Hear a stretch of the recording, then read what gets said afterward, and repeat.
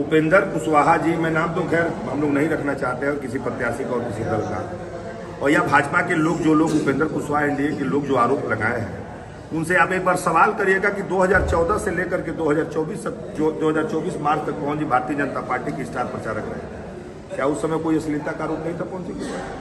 2024 तक पवन जी ने भारतीय जनता पार्टी में रह करके भारतीय जनता पार्टी का सेवा किया है। कार्यकर्ता के तौर पर जो कहा गया है पवन सिंह ने किया है। पवन सिंह पे आरोप लगाने से पहले पूछना चाहिए था एक बार कि 80 सभा किए हैं, लगभग सैकड़ों रोड शो किए हैं, उस समय कोई आरोप नहीं था।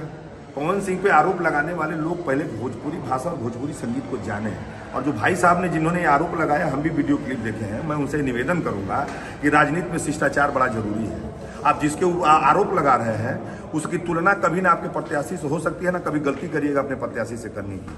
आप शायद सामने होते तो मैं उनको जवाब जरूर दिया होता। आपने आरोप लगाया कि भोजपुरी भाषा में अश्लीलता फैलाया पवन सिंह ने। पवन जी तो दुनिया जानती है कि पवन जी कैसे गायक है। एक गायक के तौर पर दुनिया में कभी पूरी दुनिया में गूगल सर्च मारिएगा, ग्लोबल में सर्च मारिएगा, पवन जी का स्थान 3 गायक जो 1, 2, 3 के 3 टॉप सिंगर जो आते हैं उसमें पवन सिंह का स्थान है और आज से नहीं कई वर्षों से चले आ रहा है।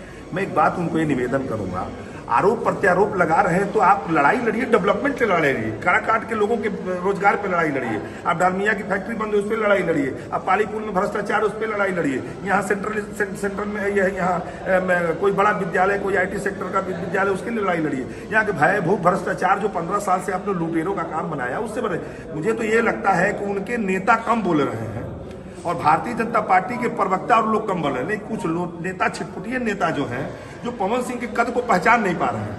अब उनको मालूम होना चाहिए उन्हीं की पार्टी ने टिकट दिया था आसनसोल से, प्रत्याशी बनाया था। मैं नहीं चाहूंगा, मैं अगर जिक्र कर दूंगा कि पवन जी ने टिकट वापस किया और चुनाव लड़ने का मन क्यों वहां से हटा दिया, तो आप हमारे सामने बोल नहीं पाइएगा। इसलिए मैं एक निवेदन करूंगा, यह चुनाव है और चुनाव को शिष्टाचार बना करके लड़िए। आरोप प्रत्यारोप लड़ाना है तो अगर आपके पास कोई तथ्य हो, कोई आधार हो, तब बोलिए। भोजपुरी भाषा को मान सम्मान बढ़ाने में पवन सिंह ने क्या योगदान किया है, हमारे कुछ कलाकार भाई भी वह लोग बताएंगे कि भोजपुरी को क्या दिया। भोजपुरी को गौरव को बनाया है पवन सिंह ने, भोजपुरी को दुनिया के ऐसे बड़े प्लेटफॉर्म पर लगाया जिसकी कल्पना यहाँ के लोगों ने नहीं किया था। आज जिस लड़के पे आरोप ये लोग लगा रहे हैं भाजपा के लोग, मैं उनसे सवाल करूंगा, आपको डर किस बात का है?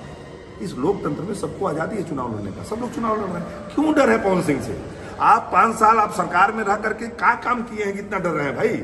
आप अपने कामों को गिनाए। आप मंचों से कह रहे हैं इस बार हमको माफ कर दीजिए, अब हमसे गलती हो गई है। और 2 नेता, उनके प्रमुख नेता, मैं नहीं कहना चाहता था, हमारे बड़े भाई हैं लोग, आदरणीय हो सम्मानित पटवालोक जी और संतोष सिंह जी बैठे हैं, मैं दोनों लोग से कहूंगा कि आप लोग अपने निजी स्वार्थ के लिए समाज को बांटिए मत, समाज को बांटने का काम मत करिए। जो जगह जगह पे जाकर के समाज को बांटने का काम कर रहे हैं, जो आरोप प्रत्यारोप लगा रहे हैं, ये गलत है। आप हम लोग के आदरणीय हैं, बड़े भाई हैं, सम्मान है हमारे अंदर भी, हमारे लोगों के, और पवन जी के अंदर भी सम्मान है। पवन जी कभी किसी के बारे में कुछ नहीं बोलते हैं और ना ही कभी व्यक्तिगत हमला करते हैं। लेकिन जो सुनने को मिल रहा है, जो जगह पर मिल रहा है कि निजी स्वार्थ के लिए जो भी जनप्रतिनिधि हैं, आप पवन जी को टारगेट करके कोई बात मत बोलिए। मुझे लगता है ये चुनाव बहुत अच्छे से चले। तो आप सुन रहे हैं लफुआ 18 से 32 साल का लड़का ग्रेजुएशन कंप्लीट कर लिया, कोई डॉक्टरी कर रहा है, कोई PhD कर रहा है, कोई वकालत कर रहा है। क्या उनके पास इतना सेंस नहीं है कि हमारे देश का भविष्य किसके पास सुरक्षित है, हमारे जिले का भविष्य किस नेता के हाथ में सुरक्षित है? और आप उसको लफुआ सबसे संबोधित करेंगे? वो बोल रहे हो जगह जगह घूम फिर के नेता बोल रहे हैं कि लफुआ, 18 से 25-30 वाले लफुआ। उनको ये मालूम नहीं, भारत सबसे ज्यादा युवाओं का देश है। आपको भी मालूम है, दुनिया जानती है, भारत में सबसे ज्यादा युवा रहते हैं। और मैं काराकाट के उन लोगों से कहना चाहूंगा जिन लोगों ने नौजवानों को लफुआ शब्द से संबोधित किया है, 1 तारीख को मतदान होगा और मैं सभी अपने 18 से 25 साल के नौजवानों से अपील करूंगा, अपने घर में बड़े बुजुर्गों का पैर छूइए, आशीर्वाद दीजिए और 1 तारीख को मतदान दे करके लफुआ